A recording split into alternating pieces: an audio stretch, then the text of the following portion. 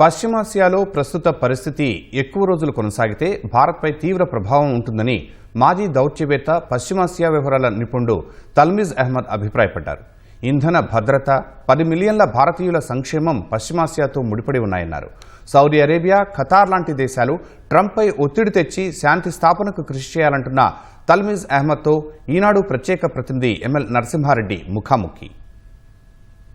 America, Israel కలిపి ఇరాన్పై దాడులు చేసి ఇరాన్ సుప్రీం లీడర్ ఖమేనీని హతమార్చడం, తర్వాత వారం రోజులుగా ఇద్దరి మధ్య బాంబుల యుద్ధం కొనసాగుతుంది.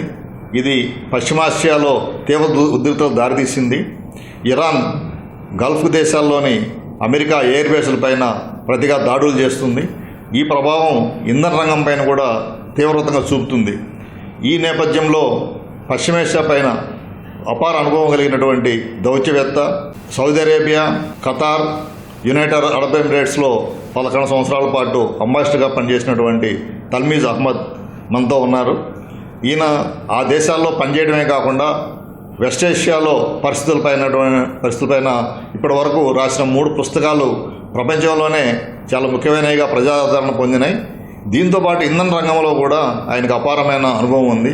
ఈ నేపథ్యంలో ఈ ఇరాన్ పైన జరిగిన దాడి ఇది ఏ పరిణామాలు దారితీస్తుంది, ఎన్ని రోజులు కొనసాగుతుంది, దీని దుష్ప్రభావాలు ఎలా ఉండబోతున్నాయి తదితర అంశాల గురించి మనం ఈనాడు ఈ టీవీకి ఇచ్చిన ఇంటర్వ్యూలో Talmiz Ahmad వివరించబోతున్నారు.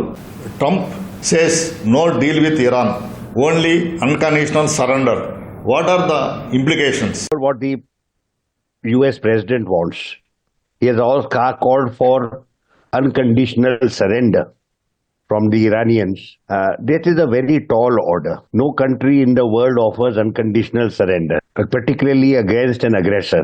So it is very difficult to believe that the United States president believes that after 5 days of bombardment, the entire population of Iran should be ready to fall at their knees in front of him. I'm not sure that he has thought through all aspects of the conflict that he has initiated. Many of the media, large sections of the American media have been discussing that there is no clarity about war aims in the United States. This is not new.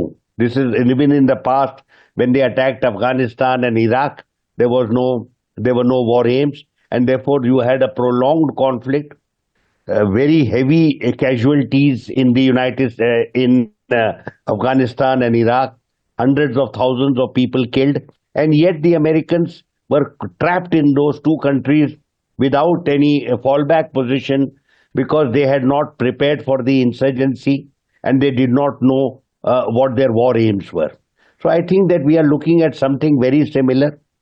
What the Americans should be looking for is a fallback position where they can actually prepare for some kind of arrangement with the Iranians that would enable Donald Trump to announce to his people that he has won the war and that he is ready for peace discussions. I think certain countries which are influential in the region, such as Turkey and Saudi Arabia, should get into the picture, convey to the president the damage that is being done not just to Iran itself, but to the global economy and the well-being of the people, of millions of people. And they should encourage him to look for a diplomatic resolution to the conflict that he and Israel have initiated. There is an allegation China and Russia are not fully cooperated with the Iran. So what is your view? Both Russia and China have extended very substantial support to Iran. Neither has involved itself in conflict. Each of them, Russia is already embroiled in a conflict in Ukraine, and China has challenges in different parts of the world, but particularly in the West Pacific. The role that they have envisaged for themselves is diplomatic and in the area of development. That is where their crucial role will be required. At the moment, this is a mindless war, a pointless war, a war that has been inflicted upon the Iranian people by Israel and the United States. It cannot last for a long time. Yes, individuals, there will be casualties, there will be people who should not have been mistreated the way they have been. We particularly mourn the murder of Ayatollah Khamenei. But having said this, When you have irrational leadership in a certain country, you have certain horrible, unforeseen consequences. After the conflict is over, you need clarity, you need a sense of purpose and direction, and you need commitment. So I think that is where you will see the role of China and Russia. I think they will play a seminal role in providing stability to the region, encouraging Iran to pursue moderate politics and reintegrate Iran into the West Asian scenario. I would like to believe that India too will see itself as a partner in this endeavor. Qatar minister told war will force Gulf to halt energy exports. If so, what is the impact in India? We have heard from the petroleum minister that we have supplies for 25 days. We have also begun the import of Russian oil, which is, I think, available in fairly substantial quantities. But this is a precarious situation. It cannot last beyond 3 to 4 weeks. Today, the Iranian president has formally and publicly apologized to the neighboring countries of the Gulf and has affirmed to the region that Iran will not direct any missiles at those countries and their oil facilities. So I think that he has very skillfully and dramatically prepared the ground for a peace process. I think that the region should take advantage of this. There is a degree of reassurance that has come. But my suspicion is that the government in Israel is not interested in peace, not interested in a peace process, not interested in stability, because their prime minister benefits from ongoing conflict, and every time there is a talk of peace, he ensures that a new conflict is initiated. I think that he has very deep concerns about his personal arrest after there is peace. There could be the Supreme Court order that might intervene and pursue the criminal processes that have been directed against him. If there is an electoral, there also, I'm sure, sections of the Israeli people have seen through his game, and they would also like to know why he failed the Israeli people so significantly on 7th October 2023.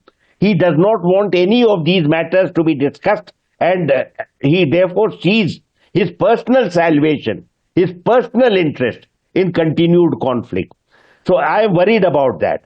I feel that Iran has given an olive branch. This is a signal not only to the countries of the Gulf, it is also a signal to the United States. Donald Trump should seize this opportunity, declare that he has won the war, and then get into negotiations, pick up where the discussions ended last time, and then move forward with the alacrity that the seriousness of the situation deserves.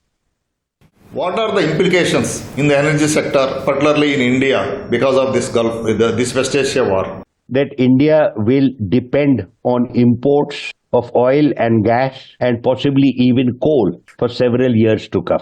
I have studied projections made by different reputed institutions, Indian and foreign. Each and every one of them indicates that at least till 2050, India's energy mix will be dominated by fossil fuel to the extent of well over 80% and possibly even closer to 90%. We also will be import dependent for all these items. Therefore, this is at least up till 2050. Till we have announced that we will have zero emissions by 2070. That seems to my mind, given on the pace of green transition that we are looking at, while we will make progress, the dependence on fossil fuels and hydrocarbons will remain the same. It is in this background that we will have to ensure that the principal suppliers of our energy needs, the Gulf countries, enjoy an environment of stability. We therefore have to become proactive role players in the region. We cannot any longer believe that there are other players who will take care of peace and stability and that India need not be involved. India's crucial interests are involved here. There can be no development, no progress, no growth without energy security. And we have now got a warning.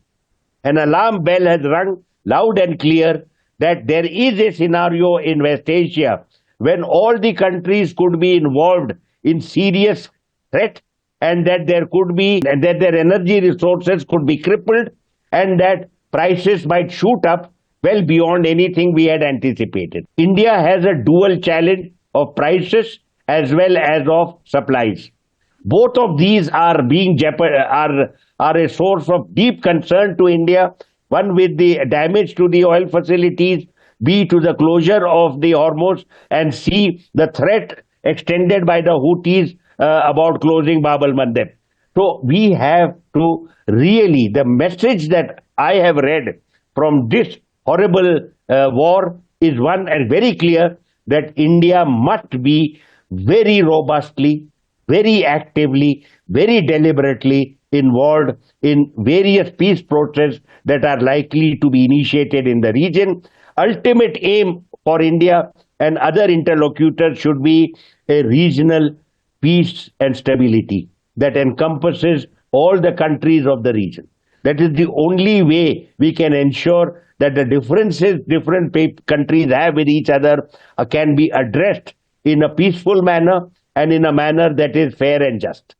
పశ్చిమాసియాలో ప్రస్తుతం నెలకొన్న ప్రభావం వలన రానున్న రోజుల్లో ఇంధన రంగంపై తీవ్ర ప్రభావం ఉంటుందని చెప్పి తల్మీజ్ అహ్మద్ అభిప్రాయపడ్డారు.